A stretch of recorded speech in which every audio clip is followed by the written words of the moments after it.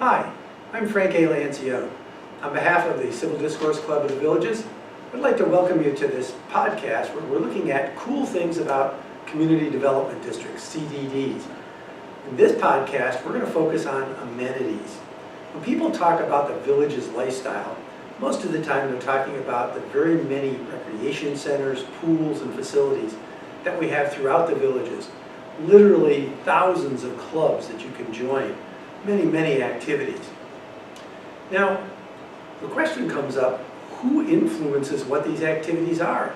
Who decides what we pay each month in our monthly maintenance fee, which goes to cover these things, and a few other things. There are two key advisory committees that play a key role. The first, above Route 466, is the Advisory Amenities Committee. This is really CDDs 1, 2, 3, and 4. In 2008, the residents above 466 felt that they were not getting appropriate return on the money that was being collected from them for their amenities. In fact, if you look at some of the stories from the time, there was some discussion that the Paradise Recreation Center was in very poor repair, had raccoons in the attic, mice in the kitchen, and mold in the ceiling tiles. Don't know, wasn't there, but that's certainly what is the historical record. That led the folks above 466 to get together and to bring a class action suit against the developer. Now there was some thinking that, well, the courts would never accept such a suit, but they did in fact. And at that point, there was a decision, the developer does not want to be in conflict with his residents, that's not the relationship. So there was a mutual agreement from both parties to reach an out-of-court settlement. That settlement committed that the developer would provide $43 million to be used towards amenities and recreation programs north of 466. Now it had other provisions as well, but one of the most important was the creation of the Amenity Advisory Committee, AAC. And the key concept was residents, elected by residents, will decide the expenditure of amenity funds. So the AAC actually has a role in the legal agreement that was reached after the class action suit to administer those funds which were set aside for amenities programs. The AAC has representatives of each of the CDDs and a representative from Lady Lake, which has no CDDs. And so a lot of the key decisions about what will be repaired, what's going to be brought on new, those decisions are made to a large extent by the AAC.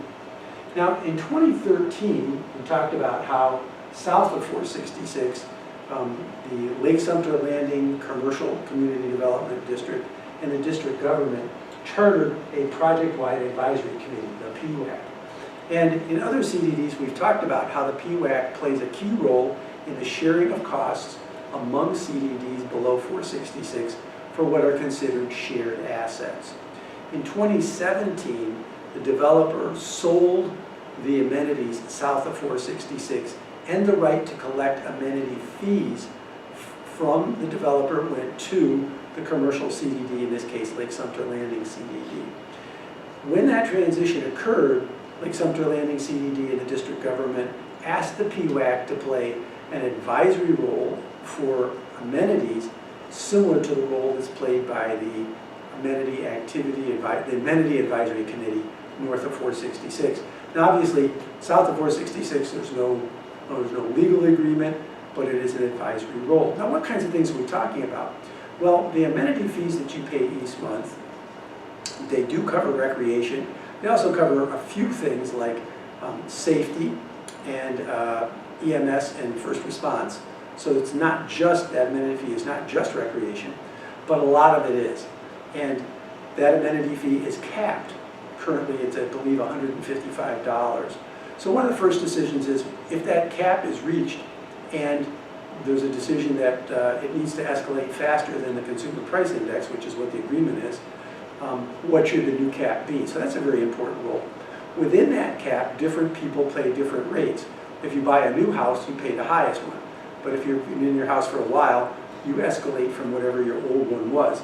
So there's a difference in the amenity fees that people pay, and the the PWAC plays a key role in deciding the policy on how that differences will be set and how rates will be set within the cap. They also decide things like which centers are going to get repairs. In this past year, there were extensive updates and revisions to Colony Cottage. There have been things like the resurfacing of roads and resurfacing of roofs and restriping of parking lots. So these are capital improvements. The PWAC makes recommendations about those to the commercial CDD, in this case Lake Sumter Landing.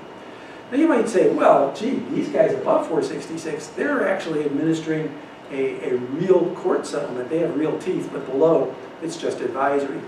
Well, the reality is, if you talk to people on the PWAC, both because of the thoroughness of the job that they do, and the fact that they don't make outlandish recommendations, and in the fact that the developer and the, well, not the developer, I should say, the commercial CDDs don't want to be involved in disputes among residents on priorities. For example, you think that the commercial CDD wants to be involved in a dispute about, I want more glass fusion, no, I want more pickleball courts. No, the reality is, if you look at the record, the PWAC recommendations on amenities have rarely been overturned. And therefore, what we're looking at is both the Amenity Advisory Committee north of 466 and the project-wide advisory committee south of 466, they play a really substantive role in what decisions are made about the recreation programs we'll have, our policies, and our costs. So just a couple of concluding observations.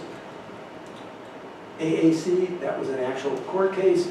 PWAC, it's advisory input, no court case, but rarely reversed, which means, folks, we have a lot to say about the amenity programs of the villages and the quality of life of the villages and the very important role that all of these recreational programs play for us.